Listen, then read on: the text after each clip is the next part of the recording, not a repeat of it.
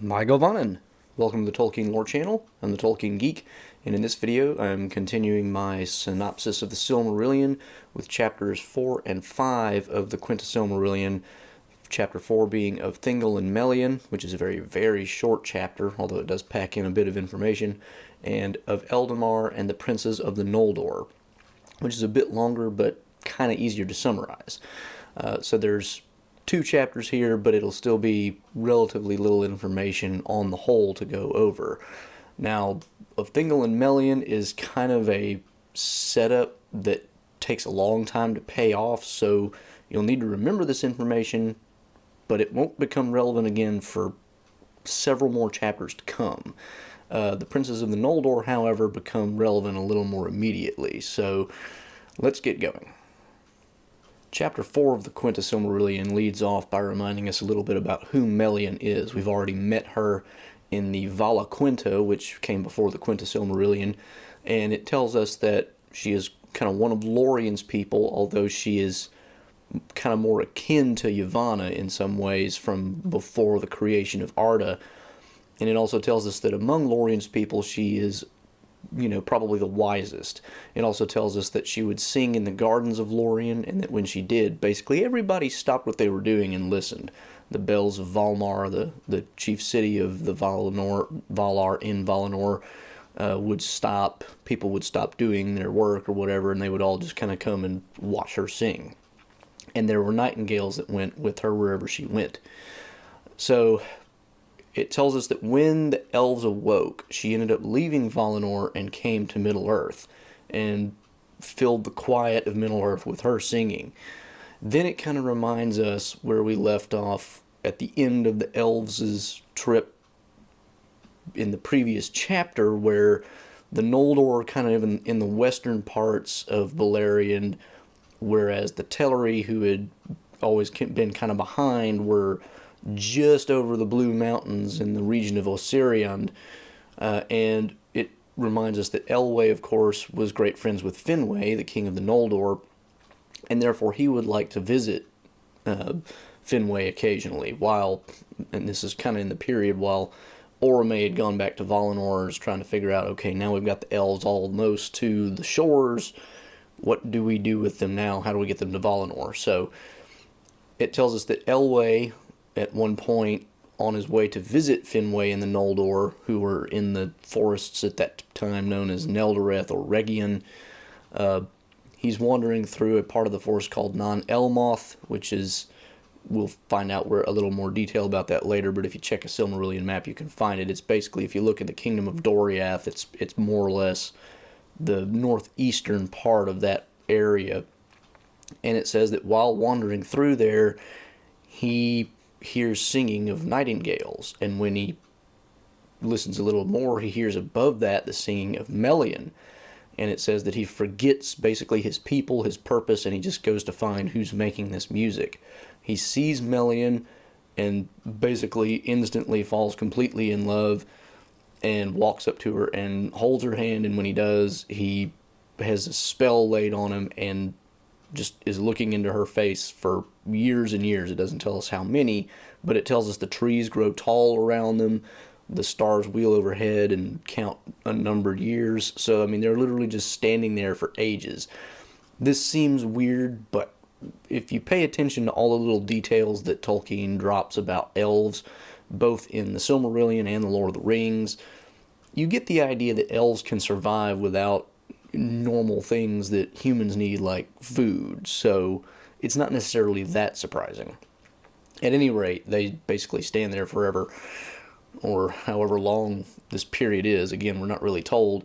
His people seek for him, but they don't find him, and so eventually it tells us that Olwe, his brother, takes up the kingship of the Teleri, and they eventually make their way to Valinor, but not all of the Teleri go, because some are still looking for Elwe, and the people that he rules over as king after this point, with Melian as his queen, become known as the Sindar, or the Grey Elves, and they're kind of distinguished from the rest of the elves who never make it to Valinor, because Elwe, who becomes known as Elu Thingol, he is seen the light of the trees, and so he is greater than the other elves who haven't. And also Melian, being of the Maiar and being elves, they too, leading these people, they become greater than the other elves that never make it to Valinor. And so they're kind of a half step above, but they still aren't quite as great as the elves who do make it to Valinor.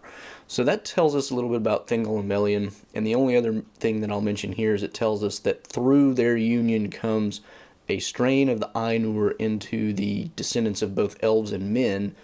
And if you know your Tolkien, then you probably know where that's going, but I won't spoil it. And also that their child is the fairest of all the children of the Luvatar ever born into the world. So that sets up a little bit of what happens later, but again, we won't come back to Thingol for several more chapters. Now we have to switch our focus and talk about the elves who do make it to Valinor.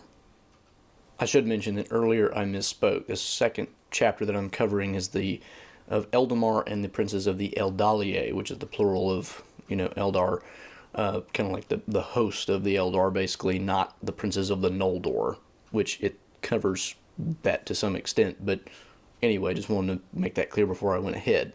At any rate, it takes us back to, we kind of get a little bit in Middle-earth and in Valinor. We get the elves who were in Middle-earth kind of waiting for Orome to come back. And then it tells us that by the council of the Valar, Ulmo comes and talks to the Vanyar and the Noldor, who are already close to the shores, and turns their fear of the sea into desire by, his own music and things of that nature. The people, remember from earlier, those who hear the horns of Ulmo forever are enamored of the sea. So this is kind of where the sea longing of the elves comes in. Now, at this point, Ulmo takes a huge island, uproots it, and brings it to the Bay of Balar, which is the huge bay in the southern regions of Middle-earth, and basically uses it as a big ship for the Vanyar and the Noldor to make their way across the sea to Aman. And it tells us that they do this, and while this is going on, the Teleri are still looking for Elwe. They haven't found him, and they also didn't hear the summons until it was a little bit too late, because they're not as near the ocean as the Vanyar and the Noldor were. So they kind of miss out on this first trip. The Noldor and the Vanyar, they make it to Aman, and then Ulmo, he doesn't really come back at first, but eventually he does, because Fenway really wants to see the Teleri again, and in particular Elwe, with whom he was friends.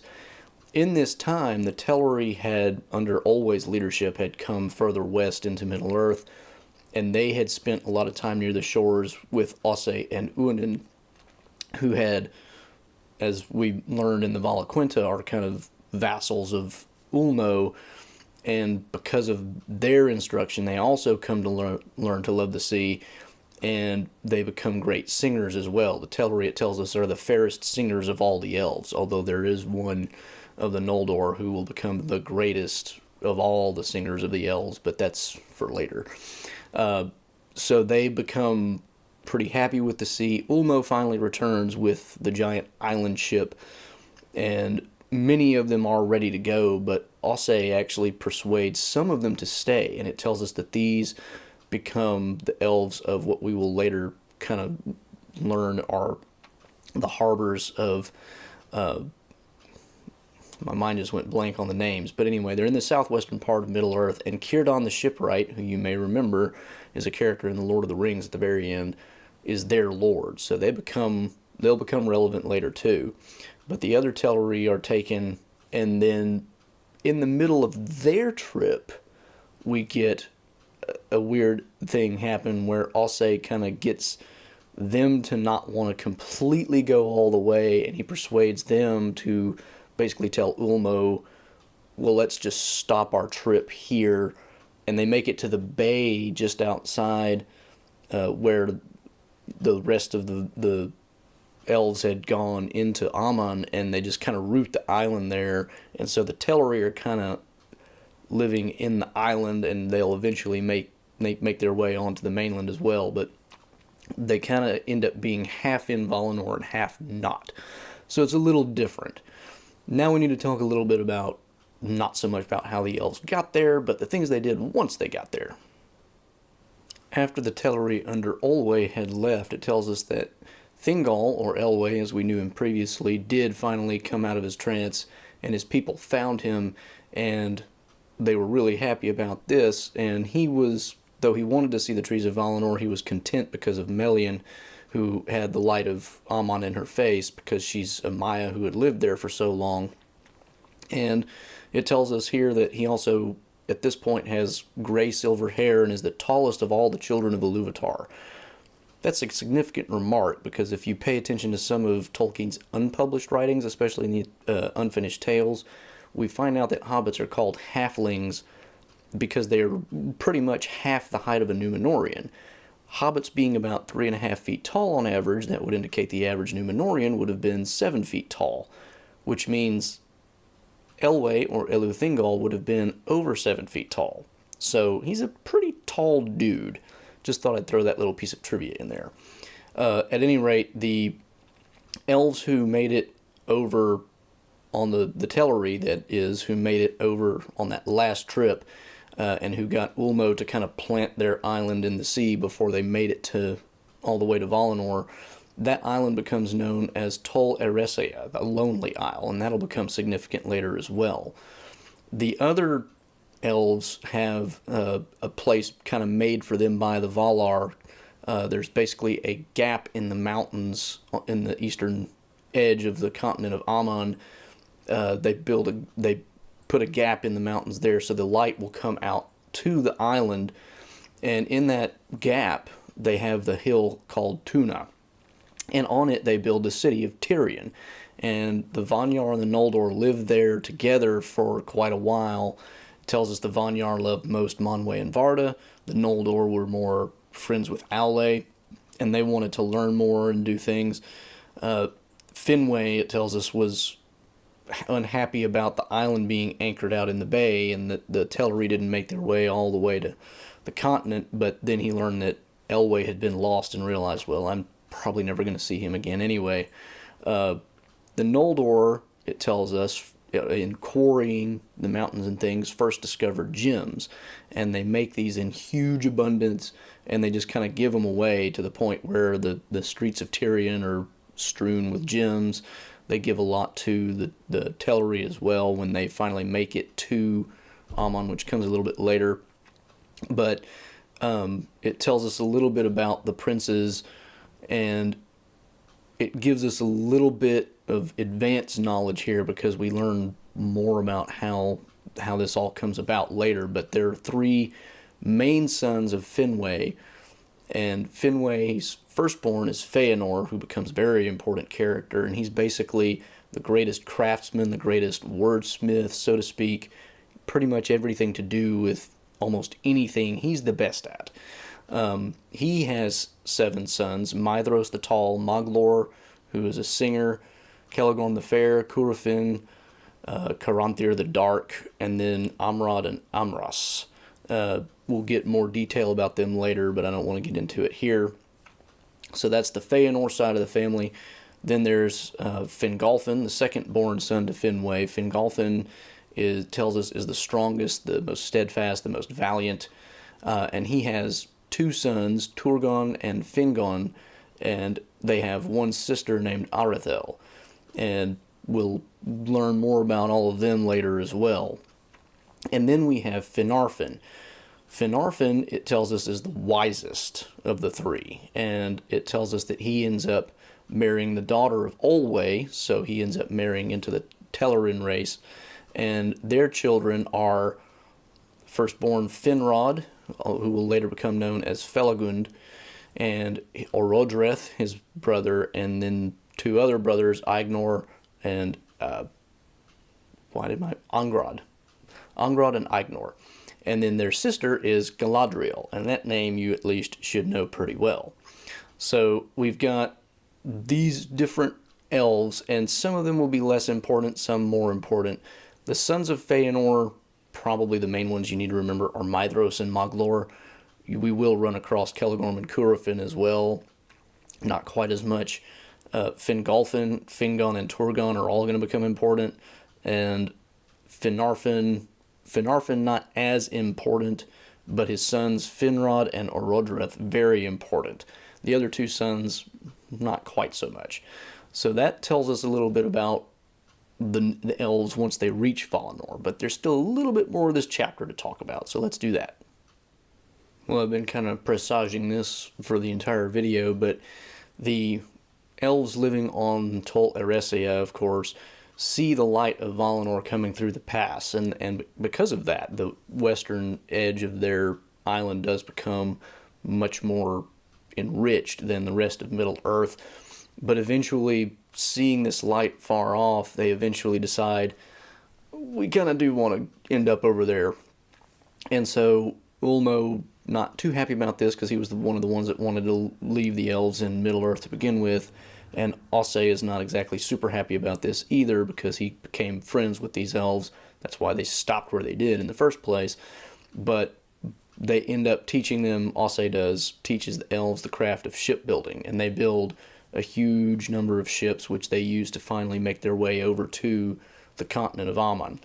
But they don't move any further inland than the shore. They build their own city of Alqualande, which is a great harbor, and spend most of their time sailing their ships in the bay of Elvenhome, where they can, still visit Tol Eressëa, but they're also within reach of the city of Telerin. So at this point, they begin to discover pearls. This is the one kind of gemstone type thing that the Null Door don't do. This is the discovery of the Telerin Elves. So they find these, but the Null Door also give them a whole bunch of white gems and things like that, because that's the kind of thing that the Teleri really like. And it tells us that there's gems all over the beaches.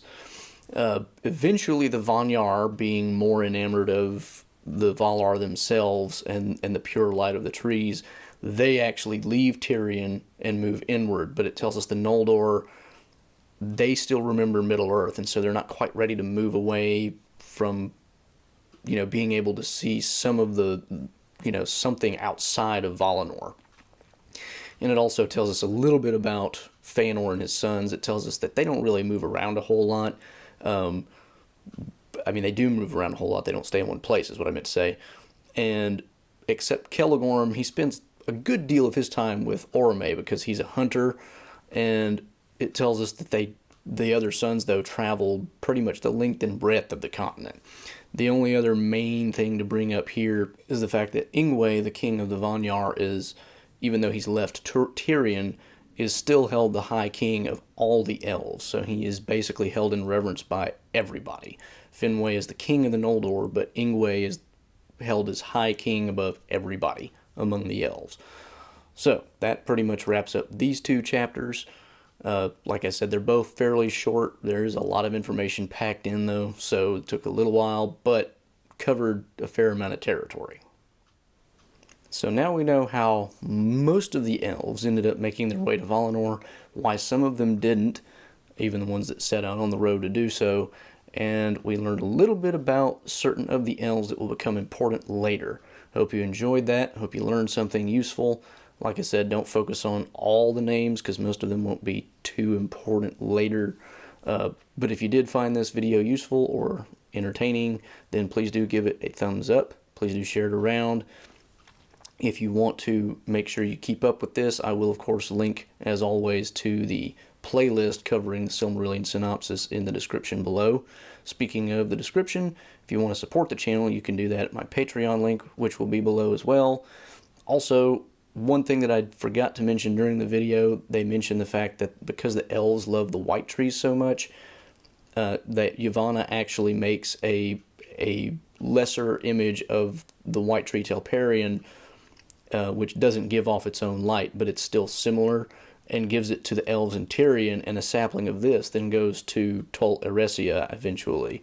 And this becomes important for other aspects of history, and I'll link to a video where I kind of get into that as well if you don't mind being spoiled a little bit about that sort of thing, although it won't really spoil much of the Silmarillion, to be honest. But there will be a link on the two trees of Valinor and their history in the description below as well. So that said, If you want to follow the channel itself, of course, you can subscribe over here, and you can also follow me on at JRRTLore on Twitter, and you can find two of my previous videos here. Until next time, I'm the Tolkien Geek signing out for the Tolkien Lore channel. Namaste.